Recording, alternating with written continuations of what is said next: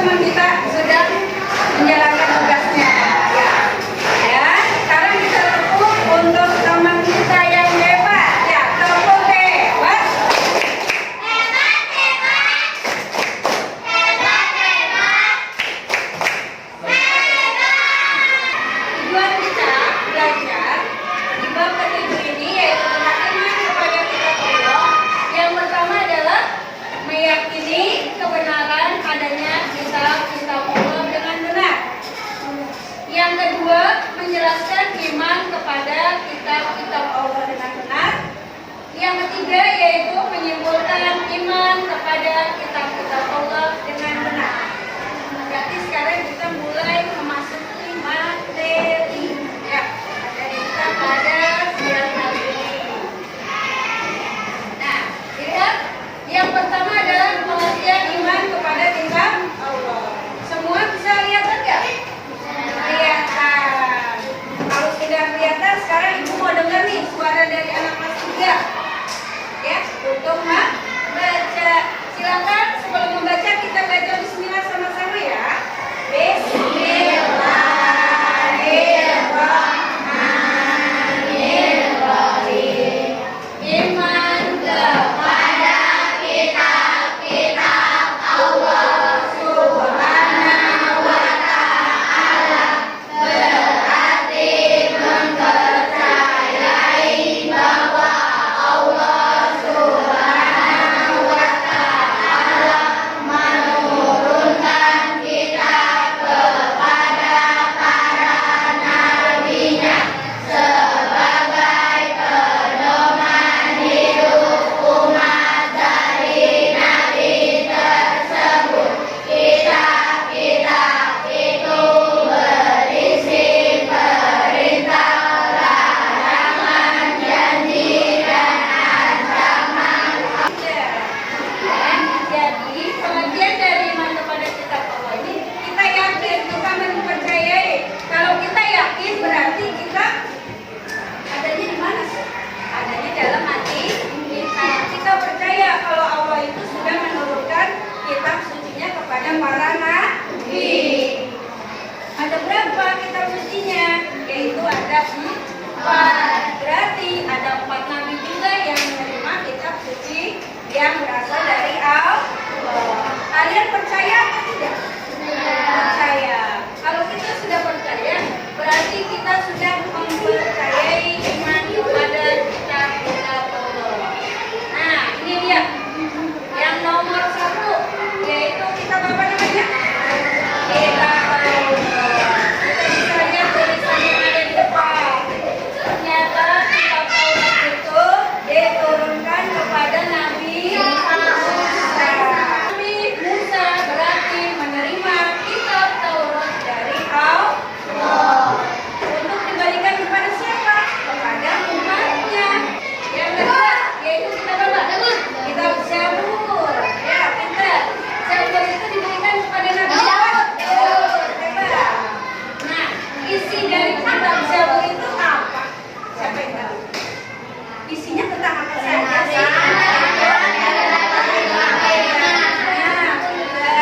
Lanjut yang ketiga ini. Yang diberikan kepada terus isinya tentang apa aja sih? Yaitu tentang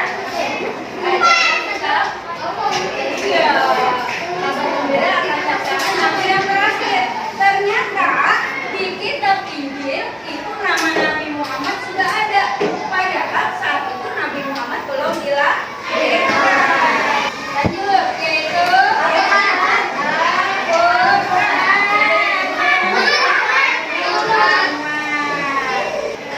ada dalilnya. Dalilnya itu apa sih? Dalilnya itu artinya dasarnya, ya. Dasar kita beriman kepada kitab Allah. A'udzubillahi minasyaitonir rajim.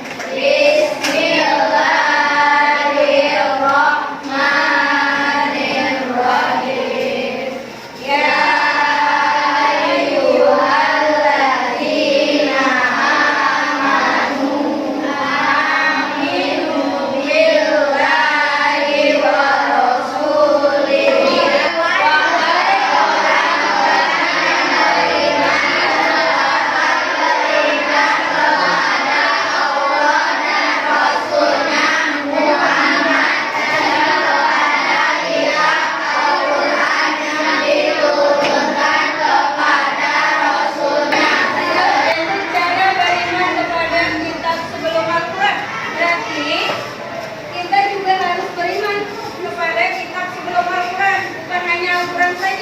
Berarti ada 3 kitab sebelum Al-Quran diturunkan. Kitab apa saja yang pertama? Kitab Taurat, Zabur, Injil. Nah, kita diperintahkan untuk beriman juga. Karena selanjutnya yaitu yang B, kita meyakini bahwa Taurat, Zabur, Injil adalah benar-benar wahyu Allah. Benar, sumbernya dari Allah. Kita yakin ketiga kitab itu berasal dari Allah. Ya. Yang C yaitu kita meyakini bahwa kitab tersebut berisi ajaran yang menjadi pedoman hidup para nabi tersebut. Ya betul ya. Namanya kitab itu adalah pedoman hidup, termasuk Al-Quran. Kita sebagai umat Islam harus mempedomani isi dari Al-Quran. Selama kita berpedoman kepada Al-Quran, maka kita akan selamat dunia dan akhirat. Baru deh nih cara beriman kepada kitab suci, khususnya Al-Quran. Angkat tangan yang punya Al-Quran di rumah.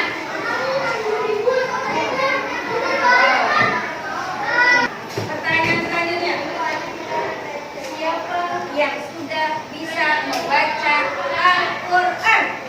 Nah, ada alhamdulillah. Berarti yang belum bisa masih membaca Iqra. Bu, gimana Bu? Saya belum bisa baca Quran. Gak apa-apa. Jangan malu. Kita harus tetap belajar. Selanjutnya, yang A yaitu meyakini bahwa Al-Quran itu benar-benar wahyu Allah yang diturunkan kepada Nabi. Yang B, kita yakin bahwa Al-Quran adalah kitab suci yang menjadi pedoman hidup umat Islam. Yakin? Pedoman yang pertama bagi umat Islam itu apa?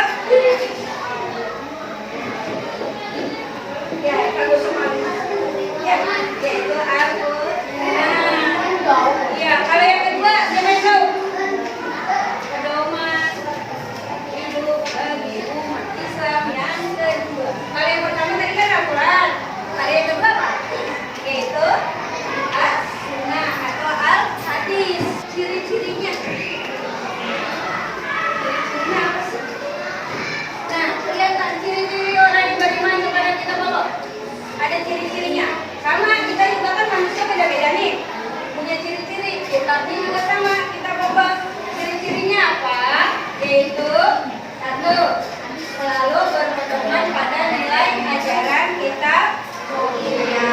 Dua, kedua apa? Menjalankan dan menjauhi larangan yang terdapat dalam kitab Allah. Nomor dua, coba dilihat. Yang nomor dua, menjalankan perintah dan menjauhi larangan yang dapat dalam kitab Allah. Menjalankan perintah Allah itu apa sih? Salah satunya. Ada lagi? Puasa. Apa lagi? Ngaji. Apa lagi? Apa lagi yang sering kita lakukan setiap hari? Sholat. Bisa sholat? Biasanya sebelum sholat kita harus sambil air dulu ya. Bisa udah nggak? Bisa. Siapa yang apa udah puput? Bisa. Coba teman-teman ibu mau lihat nih. Kita puput. Yuk. Bismillah sambil cuci tangan. Kumur-kumur basuh hidung, basuh muka. Tangan sampai ke siku, kepala dan telinga. Terakhir cuci kaki lalu doa. Amin. Manfaat orang yang beriman kepada kitab Allah. Manfaatnya yang pertama adalah beriman kepada Allah. Iman kita akan bertambah ya. Dan tetap menjalankan kitab Allah. Yang kedua itu memiliki petunjuk mana yang benar dan mana yang salah. Menjadi pembimbing ya.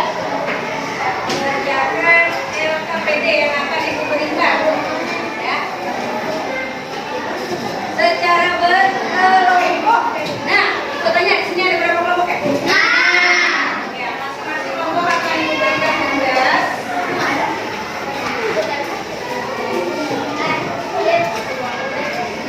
Kelompok 1.